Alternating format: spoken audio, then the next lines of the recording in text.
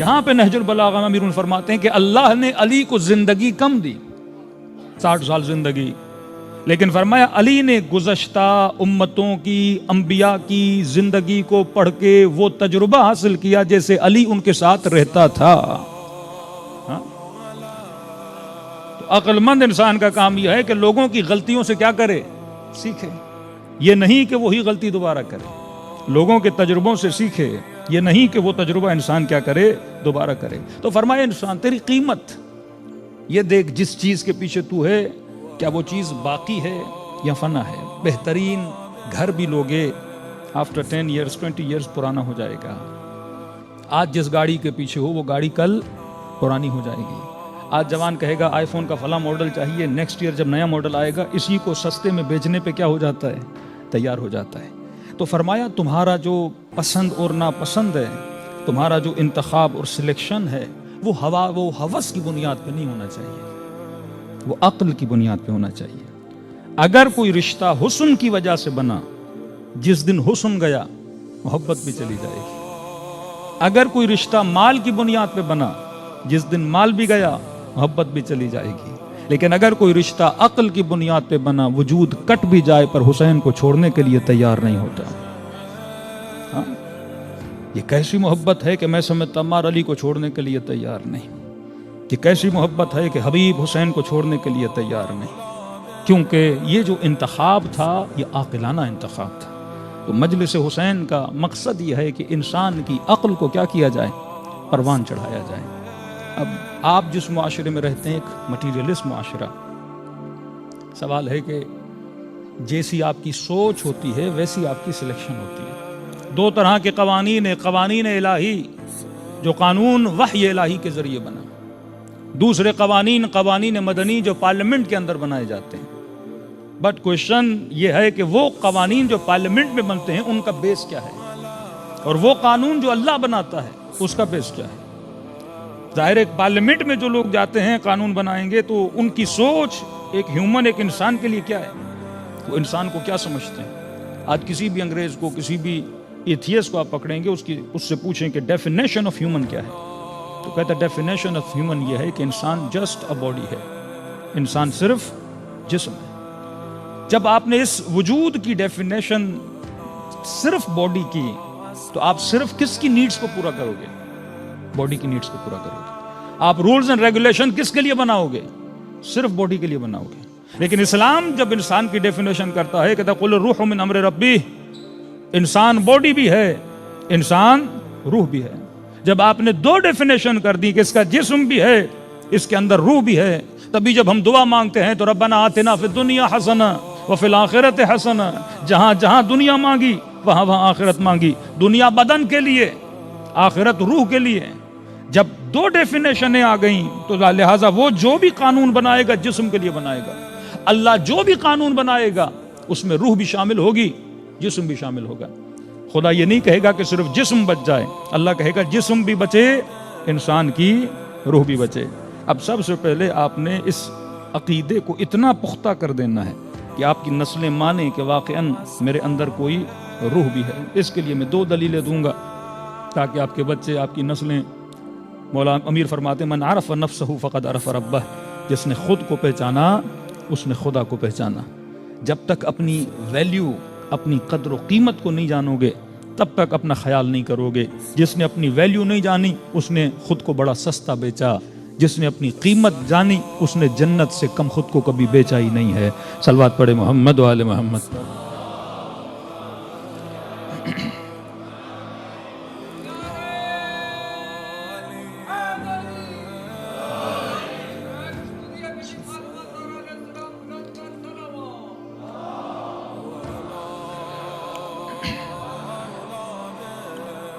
اگر کوئی آپ سے پوچھے کہ دنیا کی بہترین دعا کون سی ہے، کہ کہتے ہیں نا کہ اگر کسی چراغ سے جن نکلے اور وہ جن کہے کہ آج آپ ایک دعا مانگو، اس دعا کو میں قبول کروں گا، وہ کون سی دعا ہے؟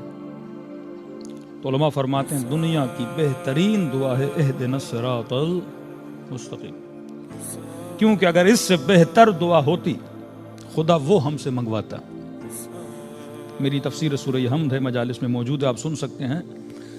کہ ایک سورت ہے جس کو خدا ڈیلی نماز میں پڑھنے کا بولتا ہے. 17 رکعت نماز منیمم 10 ٹائم سورہ حمد ہر مسلمان پہ پڑھنا واجب ہے. اور وہ خدا جو خدا حکیم ہے اس کی حکمت سے خالی نہیں ہو سکتا کہ وہ ایک سورت کو ریپیٹڈلی پڑھنے کے لیے بولے. میں کہوں پروردگارہ پہلی رکعت میں پڑھا، دوسری رکعت میں پڑھا، مجھے اجازت دی جائے کہ نماز ظہر میں سورہ حمد کی جگہ پہ سورہ یاسین پڑھوں جو قرآن کا دل ہے. آواز آئے گی نہیں. اے خدا سورہ فجر پڑھوں، آواز آئے گی نہیں. اے خدا سورہ قل هو اللہ احد پڑھوں، آواز آئے گی نہیں. فرمایا لا صلاۃ الا بفاتحۃ الکتاب، نماز نہیں اگر اس نماز میں سورہ حمد نہ ہو. تو کیا ہے ایسا سورہ حمد میں؟ پورا روڈ میپ خدا سورہ حمد میں دے رہا ہے. اگر انسان سورہ حمد کو سمجھ لے انسان کی زندگی آباد ہو جاتی ہے. اور اسی سورہ حمد میں ایک دعا ہے کہ ہر انسان مانگتا ہے اہدنا الصراط المستقیم، اے خدا مجھے سیدھے راستے پہ چلا. صراط الذین انعمت علیہم، ان کا راستہ جن پہ تو نے نعمتوں کو کیا کیا، نازل کیا ہوا ہے. مطلب ایک راستہ ہے جس پہ انسان چلے گا تو انسان کو کامیابی ملے گی. فرمایا لا اعوجاج فیہ، ایک ایسا راستہ ہے جس میں ٹیڑھا پن نہیں ہے. تو مسلم کی نشانی یہ ہے کہ اس کی زندگی کا ہر انتخاب کیا ہوتا ہے، سیدھا ہوتا ہے. ہدایت کے راستے پہ چلنا چاہتا ہے. ہدایت کا راستہ وہی دین کا راستہ ہے. اب یہ سوچو کہ کربلا میں دو چیزیں ہیں، ایک طرف امام حسین ہے، دوسری طرف دین ہے. 5 منٹ کے لیے سوچو کون کس پہ قربان ہوا. حسین کو خدا نے دین پہ قربان کیا، علی اکبر کو خدا نے دین پہ قربان کیا، سیدہ زینب کو خدا نے دین پہ قربان کیا. راہ ولایت کی پہلی شہیدہ جناب سیدہ فاطمہ الزہرا، کتنی قیمت ہے. اللہم صلی علی محمد. اس بی بی کی کہ خدا سیدہ کو قربان کر رہا ہے راہ ولایت پر. یہ وہ راستہ ہے جس کی اتنی امپورٹنس ہے. جس بی بی کی شہادت آپ منانے آئے ہو یہ راہ ولایت پہ چلنے والی ہے. اب ہمارے یہاں ہمارے شیعوں کے ذہنوں میں ولایت کا مطلب یہ ہے کہ جس نے علی ولی اللہ پڑھ دیا امیر المؤمنین کی ولایت کا ماننے والا ہے. ولایت لفظوں کا نام نہیں، ولایت ایک خاص طرز زندگی کا نام ہے. ولایت ایک آئیڈیالوجی کا نام ہے کہ جو اس آئیڈیالوجی کے مطابق زندگی گزارتا ہے اس کی سانسیں لینا بھی عبادت بن جاتی ہیں. جو اس آئیڈیالوجی کے مطابق زندگی گزارتا ہے وہ رات کو بستر پہ سوتا بھی ہے، اور اگر چشم ولایت میں سو رہا ہے تو اس کا سونا بھی عبادت بن جاتا ہے. کہ جب رسول کے پاس ایک مزدور آتا ہے، نبی اس کے ہاتھوں پہ لگی ہوئی مٹی کو دیکھ کے رسول خدا اس کے ہاتھوں کو بوسہ دیتے ہیں. فرماتے ہیں شیخ فی عیالہ کالنبی فی امتہ، جو راہ دین پہ چل کے رزق حلال کی تلاش میں جا رہا ہے اس کی مثال ایسے ہے جیسے نبی اپنی امت میں تبلیغ کے لیے باہر نکلا ہوا ہے. پھر جب کسی مزدور کے بدن سے نبی نے پسینے کے قطرے گرتے ہوئے دیکھے، فرمایا امت یہ مت دیکھنا یہ پسینے کے قطرے ہیں بلکہ یہ تسبیح الہی کے دانے ہیں جو اس کے بدن سے گر رہے ہیں. تو دین کا مطلب، عبادت کا مطلب صرف نماز و روزہ و حج و زکوٰۃ نہیں ہے.